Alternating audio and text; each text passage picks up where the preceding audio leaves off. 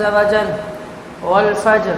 وليال عشر والشفع والوتر واللیل اذا یسر۔ محترم سامعین کرام،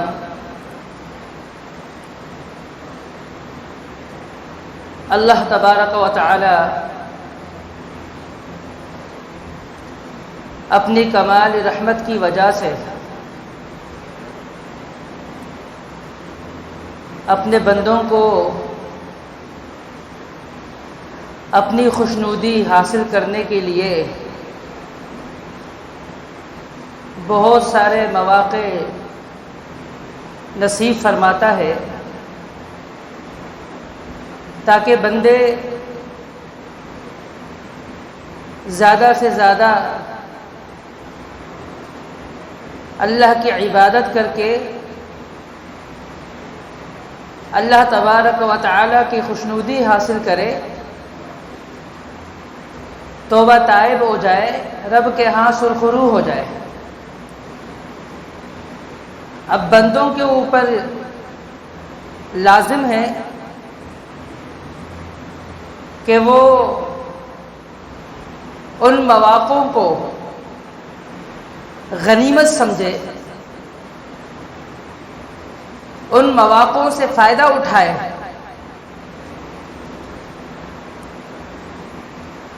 ان مواقع میں سے ایک موقع ذو الحجہ کے ابتدائی 10 دن ہیں۔ اللہ تبارک و تعالی نے ذو الحجہ کی ابتدائی 10 راتوں کی قسم کھائی ہے۔ حافظ ابن حجر عسقلانی رحمۃ اللہ علیہ فتح الباری کے اندر لکھتے ہیں کہ اللہ تبارک و تعالی کے ہاں ذو الحجہ کے ابتدائی 10 ایام دیگر ایام سے زیادہ فضیلت کے حامل ہے۔ اس کی وجہ یہ ہے کہ ذو الحجہ کے ابتدائی 10 ایام میں جو عبادات اکٹھی ہوتی ہے اور جس طرح عبادات کا ایک اجتماع نظر آ رہا ہوتا ہے وہ دیگر ایام میں نظر نہیں آ رہا ہوتا۔ دیگر ایام میں نماز، زکوٰۃ، صدقات تو ہے لیکن حج نہیں ہے۔ دیگر ایام میں آپ نماز پڑھیں گے، روزے بھی رکھ لیں گے، صدقات بھی آپ دیں گے لیکن حج نہیں ہے۔ حافظ ابن حجر عسقلانی رحمۃ اللہ علیہ فرماتے ہیں کہ ان ایام میں نماز، صدقات اور حج جیسے عبادات اکٹھی ہوتی ہے، ان کا اجتماع ہوتا ہے،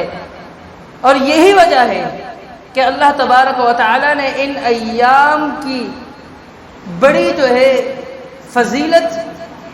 محمد مصطفیٰ صلی اللہ علیہ وسلم کے ذریعے ہمیں بتائی۔ اللہ تبارک و تعالی نے ذو الحجہ کے ابتدائی 10 راتوں کی قسم کھائی، فرمایا والفجر ولیال عشر، قسم ہے فجر کی، قسم ہے 10 راتوں کی۔ عبداللہ ابن عباس رضی اللہ عنہما وہ اس آیات کی تفسیر بیان کرتے ہیں، تفسیر طبری کے اندر موجود ہے، فرماتے ہیں کہ ولیال عشر کہ 10 راتوں کی قسم ہے، ان راتوں سے مراد ذو الحجہ کی ابتدائی 10 راتیں ہیں۔ امام مجاہد رحمۃ اللہ علیہ وہ فرماتے ہیں کہ ان 10 راتوں سے مراد ذو الحجہ کی ابتدائی 10 راتیں ہیں، اور مشہور مفسر قرآن امام ابن جریر رحمۃ اللہ علیہ فرماتے ہیں کہ ان 10 راتوں سے مراد ذوالحجہ کی ابتدائی 10 راتیں ہیں. مشہور محدث، مشہور مفسر امام ابن کثیر رحمۃ اللہ علیہ بھی لکھتے ہیں کہ زیادہ تر راجح بات یہی ہے کہ ان 10 راتوں سے مراد ذوالحجہ کی ابتدائی 10 راتیں جن کی اللہ نے قسم کھائی ہے. امام ابن رجب الحنبلی وہ بھی یہی لکھتے ہیں کہ ذوالحجہ کی ابتدائی 10 راتوں کی اللہ نے قسم کھائی ہے. وَلَيَالٍ عَشْرٍ، قسم ہے 10 راتوں کی، تو ان راتوں سے مراد ذوالحجہ کی ابتدائی 10 راتیں ہیں. شیخ صالح العثیمین رحمۃ اللہ علیہ مجموع الفتاوی کے اندر لکھتے ہیں کہ تعجب ہے ان لوگوں پر جو رمضان المبارک کے آخری عشرے میں محنت کرتے ہیں لیکن ذوالحجہ کی ابتدائی 10 راتوں میں وہ محنت نہیں کرتے، اس کو معمولی سمجھتے ہیں، بالکل معمولی سمجھتے ہیں. فرماتے ہیں کہ مجھے ایسے لوگوں پر بڑا تعجب ہے.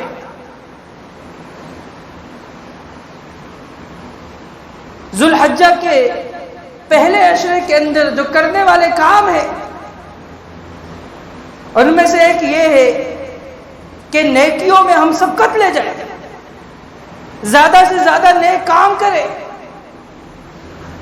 جناب عبداللہ ابن عباس رضی اللہ عنہما سے روایت ہے، رسول اللہ صلی اللہ علیہ وسلم نے فرمایا کسی دن بھی اللہ تعالیٰ کے ہاں عمل کرنا اتنا افضل نہیں جتنا افضل ان ایام میں عمل کرنا ہے. صحابہ نے پوچھا یا رسول اللہ کیا جہاد بھی نہیں؟ کہا نہیں، سوائے اس شخص کے جو جہاد کے لیے نکلے، اپنے جان اور اپنے مال دونوں کی بازی لگائے اور دونوں میں سے کسی ایک کو بھی واپس نہ لائے، اس کی جان بھی جائے، شہید ہو جائے اور اس کا مال بھی اللہ کے راہ میں چلا جائے. فرمایا وہ شخص، اس کا عمل زیادہ افضل ہو سکتا ہے اس شخص کے مقابلے میں جو ان ایام میں عمل کرتا ہو. تو معلوم ہوا کہ ذوالحجہ کے ابتدائی جو 10 راتیں ہیں یہ بہت زیادہ افضل ہے، اور اسی طرح ذوالحجہ کے ابتدائی 10 ایام جو ہے یہ بہت زیادہ افضل ہے، ان کی بڑی فضیلت ہے. اور ان ایام میں ہمیں، ان راتوں میں ہمیں زیادہ سے زیادہ نیکیاں کرنی چاہیے. ذوالحجہ کی ابتدائی جو 9 دن ہیں ان میں روزہ رکھنا رسول اللہ صلی اللہ علیہ وسلم سے ثابت ہے. امام ابو داود رحمۃ اللہ علیہ اس پر عنوان قائم کرتے ہیں، اور عنوان کیا قائم کرتے ہیں کہ باب صوم العشر، کہ باب ہے ذوالحجہ کے پہلے عشرے کے اندر روزہ رکھنا. رسول اللہ صلی اللہ علیہ وسلم فرماتے ہیں، ابو داود کے اندر روایت موجود ہے، ازواج مطہرات بیان کرتی ہے آپ کے متعلق، کان رسول اللہ صلی اللہ علیہ وسلم یصوم 9 ذی الحجہ، رسول اللہ صلی اللہ علیہ وسلم ذوالحجہ کے ابتدائی 9 دن تک روزہ رکھا کرتے تھے. آپ کا روزہ رکھنا ثابت ہے کہ آپ ذوالحجہ کے ابتدائی 9 دن تک روزہ رکھتے تھے. اور جس روایت کے اندر یہ ہے کہ آپ نے ذوالحجہ کے ابتدائی ایام میں کوئی روزہ نہیں رکھا، تو اس سے یہ مراد ہے کہ یہ اس سال کی بات ہے جس سال آپ بیمار تھے، آپ نے اپنی مرض کی وجہ سے روزہ چھوڑ دیا. امام بہقی رحمۃ اللہ علیہ روایت نقل کرتے ہیں، اور اس پر شیخ حافظ زبیر علی زئی رحمۃ اللہ علیہ اس پر پوری مکمل تفصیل لکھتے ہیں کہ اس سے یہ مراد نہیں ہے کہ رسول اللہ صلی اللہ علیہ وسلم روزہ نہیں رکھتے تھے، اور احادیث کے اندر تکرار بھی نہیں، بلکہ آپ علیہ الصلوۃ والسلام کا روزہ رکھنا ثابت ہے، چھوڑنا ثابت ہے. چھوڑا اس وقت ہے جب آپ بیمار تھے، آپ بیماری کی وجہ سے اپنے روزے چھوڑے. باقی اگر پھر بھی بندہ چھوڑتا ہے گناہگار نہیں ہوگا. ہاں آپ علیہ الصلوۃ والسلام سے ثابت ہے. اور اسی طرح 9 ذوالحجہ یوم عرفہ کا روزہ رکھنا، اس کی بڑی فضیلت ہے۔ رسول اللہ صلی اللہ علیہ وسلم نے فرمایا، صحیح مسلم کے اندر حدیث موجود ہے، فرمایا کہ جو شخص من صام یوم بعرفہ، یوم عرفہ کا روزہ رکھے گا، اس کے اللہ تبارک و تعالی 2 سال کی گناہ معاف کرے گا۔ ایک وہ سال جو گزر چکا ہے، ایک وہ سال جو آنے والا ہے، 2 سال کے گناہ اس کے معاف ہو جائیں گے۔ عرفہ کے دن کی بڑی فضیلت ہے، بڑی فضیلت ہے۔ سیدنا ابو ہریرہ رضی اللہ تعالی عنہ سے، سیدنا علی بن ابی طالب رضی اللہ عنہ سے، ابو قتادہ رحمت اللہ علیہ سے تفسیر طبری کے اندر صحیح سند کے ساتھ بھی اور حسن درجے کی سند کے ساتھ بھی ثابت ہے کہ وہ کہتے ہیں کہ اکثر مفسرین نے جو قرآن کریم سورہ بروج کی آیات ہے، وشاہد و مشہود، شاہد سے مراد جمعے کا دن لیا ہے، مشہود سے مراد عرفہ کا دن لیا ہے، مشہود سے مراد عرفہ کا دن لیا ہے۔ اور اسی طرح عرفہ، یوم عرفہ وہ دن ہے جس دن اللہ تبارک و تعالی نے دین کی تکمیل فرمائی، الیوم اکملت لکم دینکم واتممت علیکم نعمتی ورضیت لکم الاسلام دینا۔ ایک یہودی عمر بن خطاب رضی اللہ عنہ کے پاس آیا اور کہنے لگا، عمر، جس آیات کی تلاوت تم کرتے ہو، اگر یہ آیات ہم لوگوں پر نازل ہوتی تو ہم اس دن کو عید مناتے۔ کہا کہ جس آیات کی تم بات کر رہے ہو، اس آیات کے بارے میں ہم اچھی طرح جانتے ہیں، ہم اس کے نزول کے اعتبار سے بھی واقف ہے۔ یہ عرفہ کے دن میدان عرفات میں محمد مصطفیٰ صلی اللہ علیہ وسلم پر نازل ہوئی ہے، میدان عرفات میں نازل ہوئی ہے۔ تو یوم عرفہ یہ وہ دن ہے جس دن دین کی تکمیل ہوئی، الیوم اکملت لکم دینکم واتممت علیکم نعمتی ورضیت لکم الاسلام دینا۔ اور اسی طرح یوم عرفہ یہ عید کا دن ہے۔ رسول اللہ صلی اللہ علیہ وسلم نے فرمایا کہ عرفہ یوم النحر، ایام التشریق، فرمایا یہ عید کے دن ہے، یہ عید کے دن ہے۔ یوم عرفہ کو بھی عید کا ہے کیونکہ یہ جو ہے یوم عرفہ یہ وہ دن ہے جس دن حج کا رکن اعظم جو ہے اس کی ادائیگی ہوتی ہے۔ تو یوم عرفہ بھی بہت بڑا دن ہے۔ تو محترم بھائیوں، عرفہ کی بڑی فضیلت ہے۔ رسول اللہ صلی اللہ علیہ وسلم نے فرمایا کہ عرفہ کے دن اللہ تبارک و تعالی بہت سارے لوگوں کو جہنم کی آگ سے آزاد کرتا ہے، بہت سارے لوگوں کو اتنی بڑی تعداد میں جہنم کی آگ سے آزاد کرتا ہے، اتنی بڑی تعداد پورے سال کے اندر کسی بھی دن میں آزاد نہیں ہوتی۔ اتنی بڑی تعداد میں جہنم کی آگ سے لوگوں کو آزادی ملتی ہے تو وہ دن یوم عرفہ کا ہوتا ہے۔ اور اسی طرح رسول اللہ صلی اللہ علیہ وسلم نے فرمایا، خیر الدعاء دعاء یوم عرفہ، کہ بہترین دعا جو ہے وہ یوم عرفہ کا دعا ہے۔ عرفہ کی دن کی جو دعا ہے سب سے بہترین دعا ہے، تو جو عرفہ کا دن ہے اس دن سب سے زیادہ دعا کرے۔ رسول اللہ صلی اللہ علیہ وسلم نے فرمایا کہ میں نے بھی اور مجھ سے پہلے بھی نبیوں نے عرفات میں جو دعا مانگی، جو دعا کی ہے، وہ یہ ہے، لا الہ الا اللہ وحدہ لا شریک لہ لہ الملک ولہ الحمد یحیی و یمیت وہو علی کل شیء قدیر۔ اللہ کی وحدانیت بیان کی ہے، اللہ تبارک و تعالیٰ کی کبریائی بیان کی ہے، اللہ تعالیٰ کی تحمید بیان کی ہے، اللہ کی تحلیل بیان کی ہے، اللہ تعالیٰ کی توحید کو لوگوں کے سامنے بڑا چڑھا کر پیش کیا ہے، اللہ کی توحید کا چرچا کیا ہے تمام پیغمبروں نے۔ تو میں اور مجھ سے پہلے جتنے بھی پیغمبر ہیں ان سب نے یہی دعا مانگی ہے۔ تو اس دعا کو کثرت کے ساتھ پڑھے، عرفہ کے دن کثرت کے ساتھ دعا کرے، عرفہ کے دن جو ہے زیادہ سے زیادہ کوشش کرے نیکیاں کرنے کی، عرفہ کے دن روزہ رکھنے کی کوشش کرے۔ اور اسی طرح یہ جو 10 ایام ہے جو سب سے زیادہ افضل ہے، اور ان 10 ایام میں سے جو سب سے زیادہ افضل دن ہے وہ کون سا ہے؟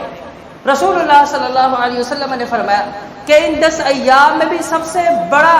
عظیم جو دن ہے وہ یوم النحر کا دن ہے۔ یوم النحر یعنی عید کا پہلا دن، جس دن قربانی ہوتی ہے، پہلا دن جو ہوتا ہے جس دن ہم عید کی نماز پڑھتے ہیں، تو یوم النحر کہلاتا ہے۔ فرمایا سب سے زیادہ ان 10 دنوں میں سب سے افضل ترین دن یوم النحر کا دن ہے۔ ثم القر، اس کے بعد قر ہے، قر کہتے ہیں عید کے دوسرے دن کو۔ سب سے زیادہ افضل دن جو ہے اگر 10 دنوں کے حساب سے کہا جائے تو وہ یوم النحر ہے۔ یوم النحر سب سے زیادہ افضل دن ہے، اور یہی وجہ ہے کہ یوم النحر کی جو قربانی ہے، یعنی پہلے دن کی قربانی ہے، وہ زیادہ افضل ہے۔ اور اسی طرح یوم النحر کو جو قربانی ہوتی ہے، یہ ابراہیم علیہ السلام کی سنت جسے اللہ تبارک و تعالی نے جاری رکھا ہے۔ ابراہیم علیہ السلام کی اس سنت کو اللہ تبارک و تعالی نے جاری رکھا، جس کے خلاف پچھلے چند سالوں میں بہت سارے لوگوں نے اور بہت ساری NGOs نے ملک پاکستان کے اندر بالخصوص انہوں نے پروپیگنڈا کیا، اور اس انداز میں پروپیگنڈا کیا، لوگوں کے عام سادہ لوگوں کے دماغوں کے اندر اس بات کو انہوں نے داخل کرنے کی کوشش کی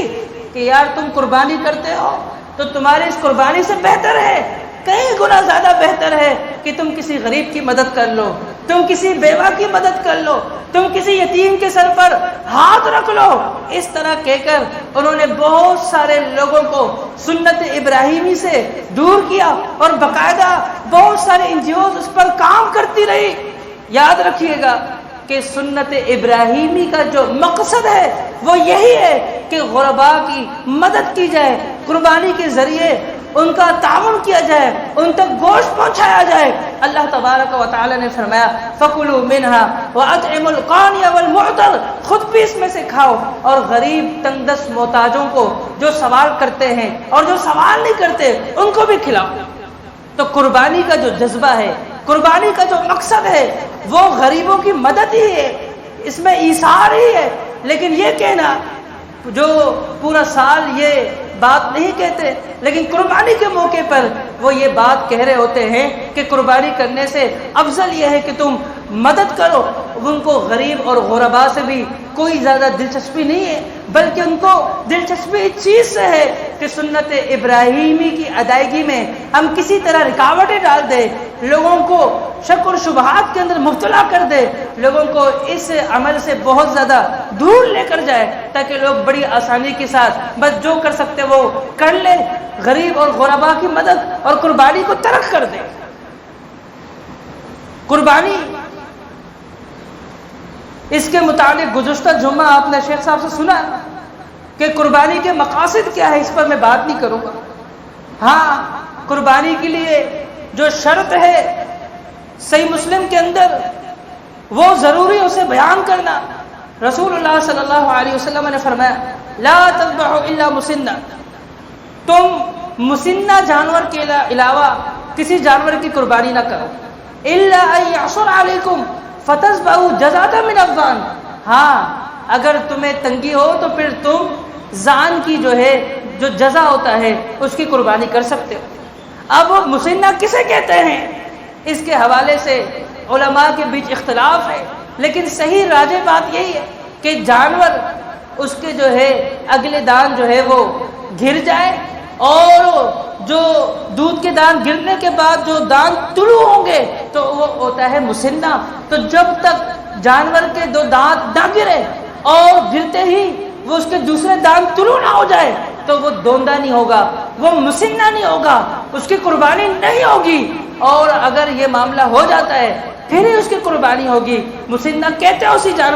جانور کو جس کے جو ہے دو دانت وہ گر جائے اور دوسرے دانت اس کے طلوع ہونا شروع ہو جائے۔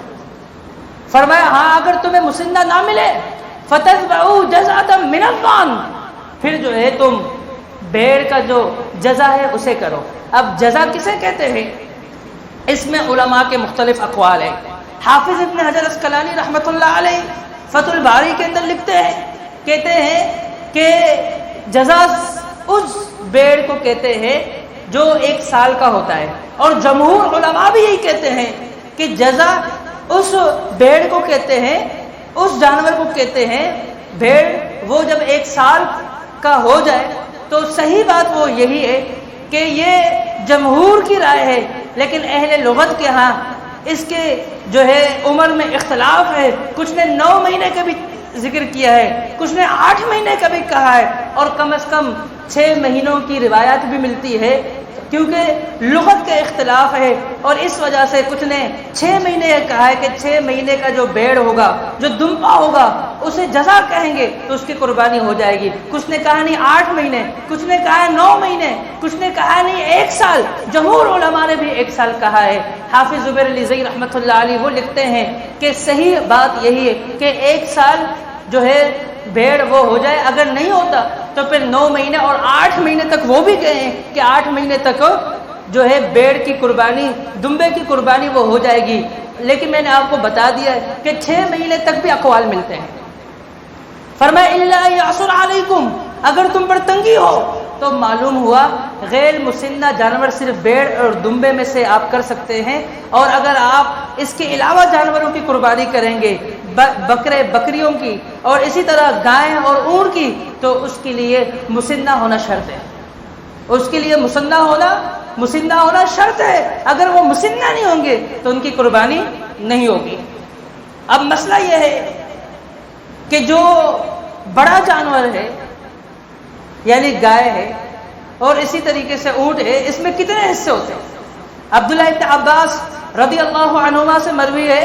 اور اس روایت کا مقصد و مفہوم میں آپ کو بیان کر رہا ہوں وقت کو سامنے رکھتے ہوئے کہ وقت کی قلت ہے،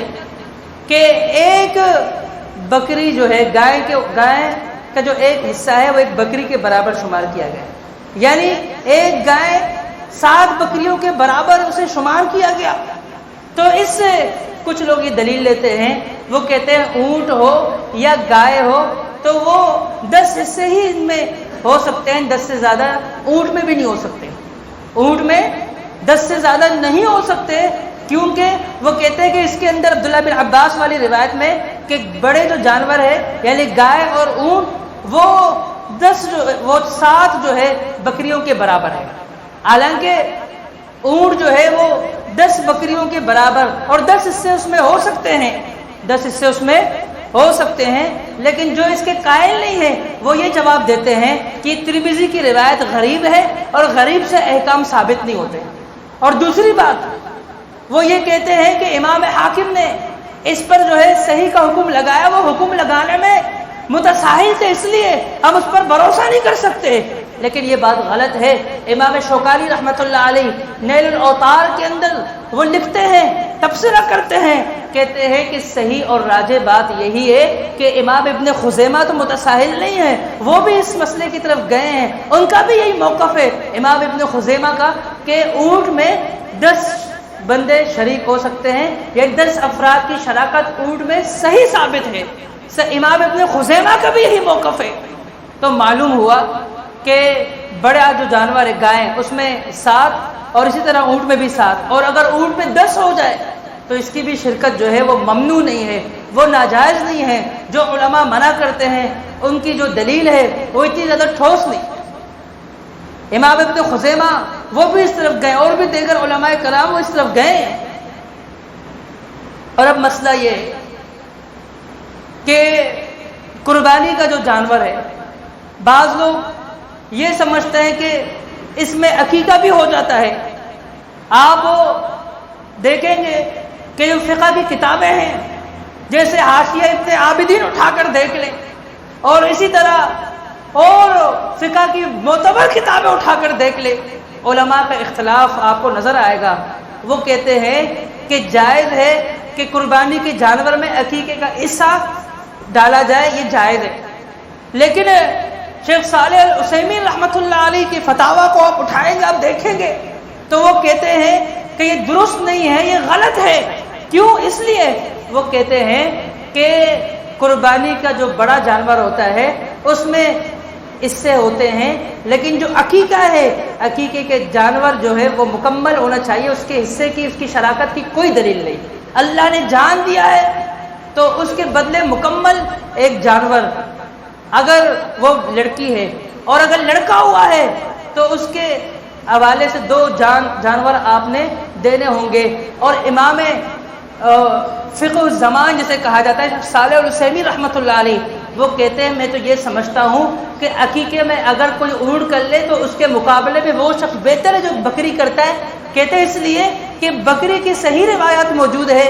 چھوٹے جانوروں کی صحیح روایت عقیقے کے متعلق موجود ہے, بڑی روایات یعنی بڑی جانوروں کے متعلق بڑے جانوروں کے متعلق جو روایت ہے وہ صحیح نہیں, وہ ضعیف ہے. انہوں نے اشارہ کیا طبرانی کی روایت کی طرف جس میں یہ روایت موجود ہے, جس میں یہ الفاظ ملتے ہیں کہ اللہ کے نبی صلی اللہ علیہ وسلم نے فرمایا کہ آپ عقیقہ کرو, چاہے تو بکرے میں سے, چاہے تو گائے میں, چاہے میں سے اونٹ میں سے. تو شیخ صالح العثیمی رحمۃ اللہ علیہ فقہ الزمان مجموع الفتاویٰ کے اندر لکھتے ہیں, کہتے ہیں کہ صحیح جو روایات ہے عقیقے کے متعلق وہ یہی ہے کہ آپ نے چھوٹے جانور کیے اور پورا ایک جان دینا پڑے گا, اور اگر لڑکے کی طرف سے ہو رہا ہے تو پورے 2 بکرے یا 2 چھوٹے جانور دمبے یا بھیڑ وہ دینے پڑیں گے آپ کو, ان کو ذبح کرنا پڑے گا, لیکن ان کی شراکت, ان کے حصے یہ کہیں سے ثابت نہیں ہے, اور راجح بات یہی ہے. تو محترم بھائیوں,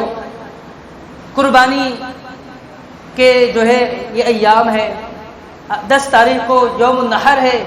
قربانی کا دن ہے, تو کوشش کرے سنت ابراہیمی کو آزاد کرنے کی کوشش کرے. اور ہاں جہاں تک رہی بات دوسرے معاملات کی, آپ وہ بھی کریں, صدقہ خیرات کثرت کے ساتھ کریں, آپ اچھے اعمال کریں, کوئی ممانعت نہیں, کوئی رکاوٹ نہیں ہے, لیکن